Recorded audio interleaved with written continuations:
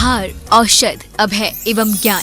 शास्त्रों में वर्णित है ये 4 प्रकार के दान, जिनसे होता है प्राणी मात्र का कल्याण। परम पूज्य वात्सल्य मूर्ति जिन धर्म प्रभाविका आर्यिका रत्न श्री 105 सृष्टि भूषण माता जी की मंगल प्रेरणा एवं आशीर्वाद से सृष्टि मंगलम सेवा समिति द्वारा बच्चों की शिक्षा, असहाय गरीबों को इलाज एवं रोजगार प्रदान कर की जा रही है अद्भुत धर्म प्रभावना। जय जिन, मेरा नाम अपेक्षा है और मैं सृष्टि मंगलम संस्था से 2 साल से जुड़ी हुई हूँ, जिसमें मेरे पति जब कैंसर से पीड़ित थे और उनकी दवाई खर्चे के लिए मेरे पास पैसे नहीं थे कि मैं कैसे इलाज कराऊं उनका, तब मैं ये सृष्टि मंगलम संस्था से जुड़ी, जिसमें मेरे सहयोग मेरी माताजी ने किया और अभी तक वो मुझे सहयोग दे रही हैं। मेरे बच्चे हैं 2, जिसमें से एक बेटी है 10 साल की और एक 2 साल का बेटा है, जिसका कपड़े लत्ते, खाने पीने का, स्कूल का सारा वो खर्चा उठा रही हैं। कि ये संस्था आप लोग देखें, आप लोग समझें संस्था को, कि ये संस्था क्या है, कितने लोगों की मदद करती है ये संस्था। आप भी मानव सेवा के लिए अपनी चंचला लक्ष्मी का सदुपयोग करें। माता जी के मंगल आशीर्वाद एवं प्रेरणा से संचालित सृष्टि मंगलम सेवा समिति द्वारा मानव सेवा के कार्य से आज ही जुड़ें और करें महापुण्य का अर्जन। आप अपनी दान राशि निम्नलिखित खाता संख्या में जमा करा सकती हैं। सृष्टि Mangalam Seva Samiti, account number 011901000322429, bank of Baroda, IFSC code BARBOSHRIMA, branch Shri Mahavir ji, Punjab national bank, account number 021200101177277, IFSC code PONB 0021200। आपके द्वारा दी गई सहयोग राशि की रिसीप्ट प्राप्त करने हेतु संपर्क करें 9376571003। सृष्टि मंगलम सेवा समिति से जुड़ने वाले सदस्यों का नाम एवं फोटो जिनवाड़ी चैनल पर प्रसारित किया जाएगा।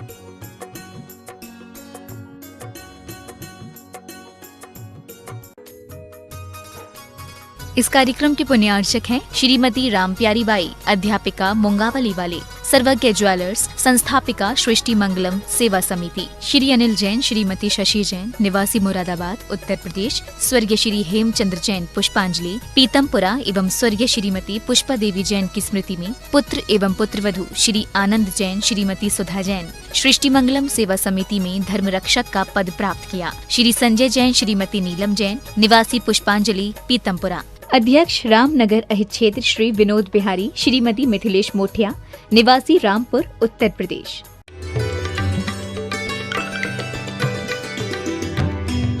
सबको हरा भरा रहने दो, ये जीवन का सार है। और 2 शब्दों में जीत है भैया, 2 शब्दों में हार है। क्षमा भी 2 शब्दों से बनता है और क्रोध भी 2 शब्दों से। एक आग आग कर देता है और एक बाग बाग कर देता है। एक से मित्र हो जाते हैं और दूसरे से दुश्मनी बढ़ जाती है। एक से स्वर्ग और मोक्ष जाते हैं, दूसरे नरक और निगोद ले जाता है। एक जीवन में उत्थान की तरफ ले जाता है, दूसरा पतन की तरफ ले जाता है। एक जीवन में सुख शांति दिलाता है और एक जीवन में बर्बाद करके छोड़ता है। क्रोधी के घर के लोग भी उससे बात करना पसंद नहीं करते हैं। क्रोध आता कहीं से नहीं है। हमें जब भी क्रोध आता हम कहते क्या करें, उसने क्रोध करा दिया, यानी तुम तो बहुत ईमानदार थे, तुम इतने कायल और काहिर थे क्या कि दूसरे ने चाहा और तुम्हें क्रोध करा दिया। तुम्हारा मैन स्विच क्या उसके पास था कि उसके 2 शब्दों ने तुम्हें इतना कमजोर बना दिया कि वो चाहे तुम्हें जैसा न चले। हमने पूजा में पढ़ा है, पीड़े दुष्ट अनेक बांध मार बहुविधि करें, धरिए क्षमा विवेक कोप न कीजिए प्रीतिमा। आचार्य तुमसे कहते हैं प्रीतिमा, यदि तुम वास्तव में प्रीति है तुम्हें जरा भी अपने आप से, हमें दूसरों के लिए मीठा नहीं बोलना। हम दूसरों के लिए बहुत, जितने ठग बदमाश लुटेरे होते हैं वो आपको मीठे ही शब्द बोलते हैं, ऐसा मीठा नहीं बोलना है। हमारे अंदर से वास्तव में प्रेम का झरना बगे। हम कहते भी हैं उर से करुणा स्रोत बगे। बाहर से तुमने बहुत बहा लिया, आज ऐसा कोई आता है तो कहते हैं आप आए धन्य हो गए, अंदर से पूछो धन्य हो गए कि आग लग गई। हम कहते हैं आप आए तो चांद निकल आया, चांद निकलता अंदर ज्वालामुखी फट रही होती है कि 2 जनों का खाना और बनाना पड़ेगा। काय पीड़े दुष्ट अनेक, यदि आपको दुष्ट जन पीड़ा भी देते हैं, मारते भी हैं, बांधते भी हैं, आपकी निंदा भी करते हैं, तो भी आप शांत रहो कि बुद्गल थे, शब्द थे, कानों से टकराए, क्या हुआ। एक बार बुद्ध का एक फकीर कहने लगा, उसका नाम नीरो था। उसने कहा कि बुद्ध मैं कहीं जाना चाहता हूँ। उन्होंने कहा तुम किधर जाना चाहते हो। उसने कहा एक सूखा गांव है, वहां जाना चाहता हूँ। बुद्ध ने कहा सूखा गांव में आज तक कोई नहीं गया, तुम कैसे जाओगे। उसने कहा जहाँ कोई नहीं गया वहीं तो जाना है। कभी कभी लोग कहते हैं बहुत दुर्जन है माता जी, ये बहुत दुष्ट है, इससे तो बोलना ही बेकार है। मैंने कहा उससे ही बोलो, जो प्रेमी है उसको तो सुधरे, वो को क्या सुधारना। अरे बिगड़े हुए को सुधारो तब बात है। उसने कहा सूखा जाऊंगा। बुद्ध ने कहा वहाँ के लोग ठीक नहीं है, आज तक कोई संत नहीं गया। उसने कहा क्यों नहीं गया। कहने लगे तुम भी मत जाओ। उसने कहा क्यों। तो बुद्ध ने कहा वहाँ के लोग बहुत बेकार हैं, तुम्हें मार देंगे, तुम्हें गाली बकेंगे। उसने कहा गाली तो बकेंगे, जान से तो नहीं मार देंगे। उनने कहा तुम्हें मार भी सकते हैं वो। उनने कहा मारेंगे तो मैं सोच लूंगा कि उन्होंने मारा है। परमात्मा से जितने मिलने में देर हो रही थी, उन्होंने उस दूरी को समाप्त कर दिया। यदि वो मुझे मारेंगे, डांटेंगे, गाली देंगे तो मैं सोचूंगा मारा तो नहीं। मारेंगे तो सोचेंगे जान से ही तो नहीं मार दिया। और यदि जान से मार देंगे तो सोचूंगा कि जिस जीवन में कोई दुश्मनी हो सकती थी, तकरार हो सकती थी, दुराव हो सकता था, परमात्मा से इतने दिन मेरा मिलन नहीं हो सकता था, उन लोगों ने मुझे मिलन को जल्दी शीघ्रता से पहुंचा दिया। कितने मित्र लोग हैं। फिर बुद्ध ने कहा कि अब तुम जा सकते हो। जिसका नजरिया इतना बदल गया, आपसे भी कोई बुराई करे तो सोचो कितने अच्छे लोग हैं, मेरे को कर्म निर्जरा का अवसर दे रहे हैं, मुझे परीक्षा में पास होने का मौका दे रहे हैं। ये मेरे निरीक्षक और परीक्षक होकर आए हैं। मेरे पर किसी का बातों का असर नहीं होगा। हम कुत्ते जैसा नहीं कि कोई पत्थर मारे पत्थर पर झपटता है। हम शेर की तरह उन कर्मों पर ध्यान देंगे जिन्होंने मुझे रुलाया है, हम उन्हें रुलाएंगे। जिन्होंने मुझे भगाया है, हम उन्हें भगाएंगे। हम कोई कायर के नहीं, महावीर के बेटे हैं। जो उन्होंने करा था वो हम करके दिखाएंगे। कल्याण मंदिर में बड़ी अच्छी बात कही है कि आपने तो अस्त्र शस्त्र नहीं है, फिर आपने कर्मों को कैसे भगाया, आपने कर्मों पर विजय प्राप्त कैसे की। तो बड़ी अच्छी बात कही है कि क्या अधिक सर्दी से भी, अधिक पाला से, सर्दी से भी क्या पत्ते नहीं गल जाते हैं। आपके अंदर इतनी क्षमा थी कि दुश्मन नतमस्तक हो गया। हमें भी अपने आप को कमट के मठों में नहीं रखना है। उसने क्रोधित होकर पत्थर बरसाए थे और एक दिन वो पत्थर भी उन्हें चलायमान नहीं कर सके। अंगुलीमाल को सब देखकर घबराते थे, गालियां बकते थे, लेकिन बुद्ध जब निकले तो अंगुलीमाल को भी नतमस्तक कर दिया। हिंदू पुराणों में कथा आती है कि बुद्ध का अंतिम जो प्रयाण हुआ, कहते हैं कि एक दिन किसी गरीब जंगली आदिवासी ने उन्हें अपने भोजन पर बुलाया और एक कुकर मुद्दा होता, वाइट वाइट सा होता, छाते से बन जाते हैं, बरसात में कहीं कहीं हो जाता है। तो उसकी गरीब आदमी था, उसकी सब्जी क्या उसे ऐसे थोड़ा सा नमक मिर्ची डाल दी और वो दे दिया। वो जहरीले भी हो जाते हैं कभी कभी, और वो जहरीले थे, उन्हें खाने में भी कड़वे लग रहे थे, लेकिन वो खा गए और खाने के बाद उन्हें जहर फैल गया। उन्होंने अपने शिष्यों को बुलाया और कहने लगे उसको आशीर्वाद बोलो, उसको बुलाओ। उसने मेरे अंतिम प्रयाण के दिन मुझे भोजन देने का सौभाग्य प्राप्त किया। लोगों ने कहा आप कैसी बात करते हो, उसने सौभाग्य प्राप्त किया, आपको मौत दे दी, उसको नहीं देना चाहिए ऐसा खाना, आपने मना क्यों नहीं किया कि ये कड़वा था। वो कहने लगी वो इतने प्यार से खिला रहा था, उसके अंदर खुशी के आंसू थे, मैं उसके आंसुओं में व्यवधान कैसे बनता, मैं उसकी खुशी में व्यवधान कैसे बनता, मेरे से ये नहीं हुआ। और जिंदगी का क्या है, 10-20 साल, 100 साल, 50 साल आगे पीछे आती है जाती है, तो मौत तो आना है। मौत से इतनी दहशत क्यों, वो तो एक दिन आएगी। और जिंदगी से इतनी दिल लगी क्यों, वो तो एक दिन जाएगी। उन्होंने कहा कि लोगों को कहना कि अंतिम भोजन देने का सौभाग्य प्राप्त उसने किया था अंतिम प्रयाण के दिन। और मुझे उसे आशीर्वाद देता हूँ, जो मेरे भक्त हैं उसे आदर सम्मान से मेरी को मुखाग्नि देने का सौभाग्य भी उसे ही दिलाना। आप सोच सकते हैं हमारे अंदर इतनी आसक्ति है क्या? आप लोग तो सोचो किस किस बातों पे तुम्हें गुस्सा आ जाता है। तुम्हारे मोबाइल का चार्ज खत्म हो जाए, उसमें ही क्रोध आ जाता है। साड़ी की मैचिंग नहीं मिले, फॉल नहीं लगे, अरे हमने कहीं कोई स्टैंडर्ड तो बनाओ। इतना बेचारे को इतना गिरा दिया, कहीं भी आ जाता है, 2 शब्दों से भी आ जाता है। तुम्हें कम से कम उसकी थोड़ी सी इज्जत रखो कि कहीं समय पर आए तो ऐसा आए कि तुम्हारा क्रोध तुम्हें उच्च स्थान पर ले जाए। क्रोध हालांकि अच्छा नहीं होता है, क्रोध हमेशा नीचों को आता है और नीचे की तरफ आता है। आपने देखना, अफसर को गुस्सा आएगा वो चपरासी को डांटेगा, चपरासी को गुस्सा आएगा वो पत्नी को डांटेगा, पत्नी को गुस्सा आएगा बच्चों को डांटेगी, बच्चों को गुस्सा आएगा खिलौनों पर, क्योंकि ऊपर तो जा नहीं सकता है।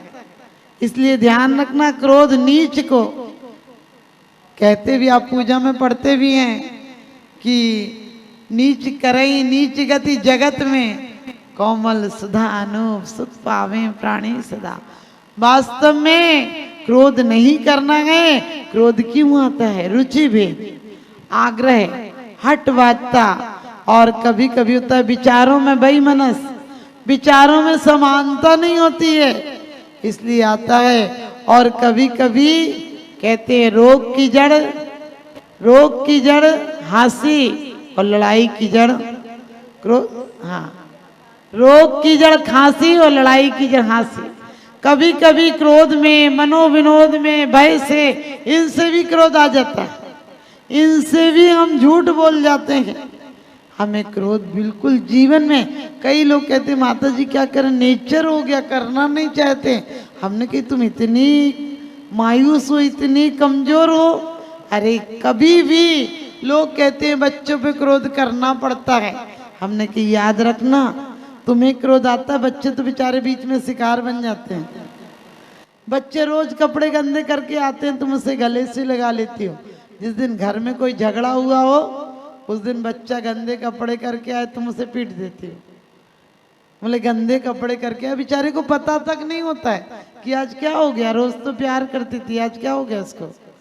आप बच्चों पर कभी क्रोध मत कीजिए, और बच्चों को कभी क्रोध आए तो दूध मत पिलाइए, क्रोध आए खाना मत बनाइए, क्योंकि साइंस भी कहती है कि जब तुम क्रोध करते हो तो तुम्हारी नाड़ियों में से विषाक्त रसस्राव होता है, और वो जो भोजन करेगा, जिस समय बनाया जाएगा भोजन जिनके हाथों से, उनके द्वारा वो विषाक्त तुम्हारे भोजन में आ जाएगा। आजकल पति भी भोजन करेगा, पत्नी उसी टाइम सारा क्रोध उड़ेल देगी। तो हमें क्रोध नहीं करना चाहिए। क्रोध को कैसे जीतना चाहिए? तो कहते हैं मनोविनोद में। कोई क्रोध में कहे तो भी हंस के जवाब दो। तुम्हारी शान घट गई होती कि रुतबा घट गया होता, जो गुस्से में कहा तुमने वही हंसकर कहा होता। आप मनोविनोद से मौन रहकर, लेकिन ध्यान रखना जब ज्यादा क्रोध आता है ना, तो कोई मौन रहे तो भी अपन को गुस्सा आता है। कभी आपने देखा होगा, पत्नी बोले और पति नहीं सुने तो पत्नी बोलती मैं बोल रही हूँ, सुनाई पड़ रहा है। एक पत्नी बोल रही थी, पति चुपचाप था, बोले मैं बोल रही हूँ, आपको सुनाई पड़ रहा है? बोले सुनाई पड़ रहा है। क्षमा सत्य के, क्षमा तपस्या, क्षमा परम निधि जीवन की, क्षमावान आदर पाता है, ऐसे क्षमाशील प्राणी के हर प्राणी गुण को गाता है। ऐसे क्षमाशील प्राणी के हर प्राणी गुण को गाता है।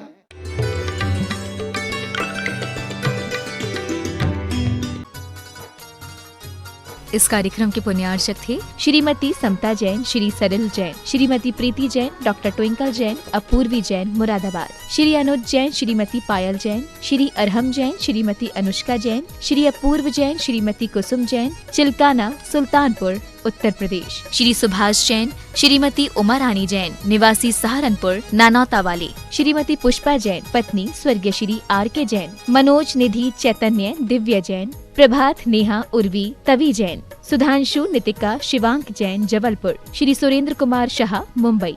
परम पूजनीय वात्सल्य मूर्ति जिन धर्म प्रभाविका आर्यका रत्न श्री 105 सृष्टि भूषण माता जी की मंगल प्रेरणा एवं आशीर्वाद से अतिशय श्री महावीर जी में विगत वर्षों से संचालित है चतुर्विध संघ की आहार व्यवस्था,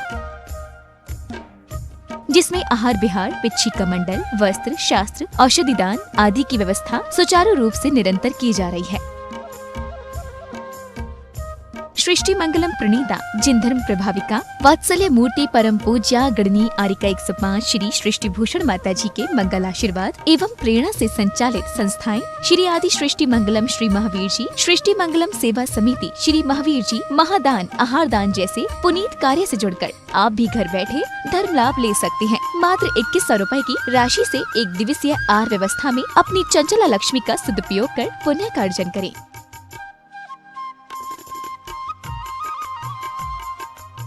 एक दिवसीय आहार व्यवस्था 2100 रुपए, सामान्य सदस्यता 1 वर्ष 11,000 रुपए, सामान्य सदस्यता 2 वर्ष 21,000 रुपए, सदस्यता 31,000 रुपए, विशिष्ट सदस्य 51,000 रुपए, अति विशिष्ट 71,000 रुपए, संरक्षक 1,11,000 रुपए, संरक्षक शिरोमणि 2,11,000 रुपए।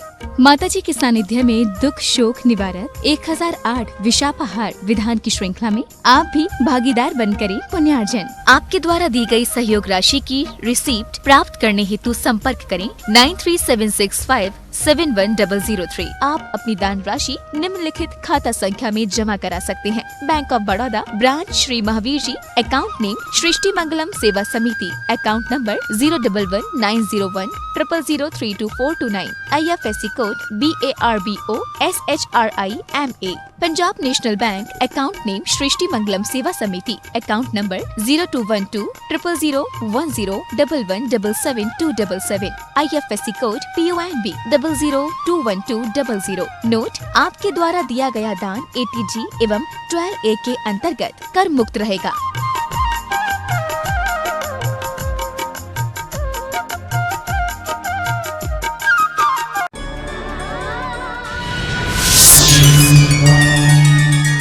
एक ऐसी संस्था जो जैन आगम के पथ पर बढ़ने वाले साधुओं की सेवा में दे रही है अपना योगदान और उनके आहार विहार में निभा रही है अपनी अहम भूमिका। साधु सेवा धाम भगवान पार्श्वनाथ धाम काकोरी लखनऊ, जो विहार न करने वाले साधुओं के आहार एवं विश्राम की कर रही है संपूर्ण व्यवस्था। आप भी ऐसी ही संस्था के साथ जुड़कर करें अपनी चंचला लक्ष्मी का सदुपयोग।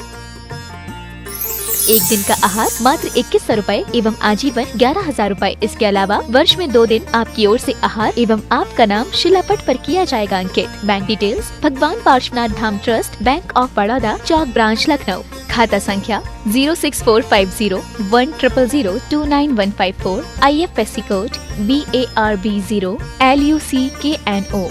दान राशि एवं अधिक जानकारी के लिए संपर्क करें 7007783995 9452017984। क्या आप अपने परिवार के साथ देश विदेश में घूमने की योजना बना रहे हैं और एक ऐसी विश्वसनीय ट्रैवल एजेंसी को लेकर हैं चिंतित जो देश विदेश में भी शुद्ध जैन और शाकाहारी भोजन प्रदान करे? पिछले 2 दशकों से NFTT वर्ल्ड ने 20,000 से अधिक मारवाड़ी और गुजराती जैन एवं शाकाहारी यात्रियों को उत्कृष्ट यात्रा प्रदान की है। 500 से भी ज्यादा गूगल रिव्यू और 4.5 रेटिंग के साथ हमारे ग्राहकों ने हमें सम्मानित किया है। आगामी डोमेस्टिक टूर केरल, उत्तराखंड, कश्मीर एवं अंतर्राष्ट्रीय यूरोप के साथ और भी बहुत सारे देश के टूर जैन भोजन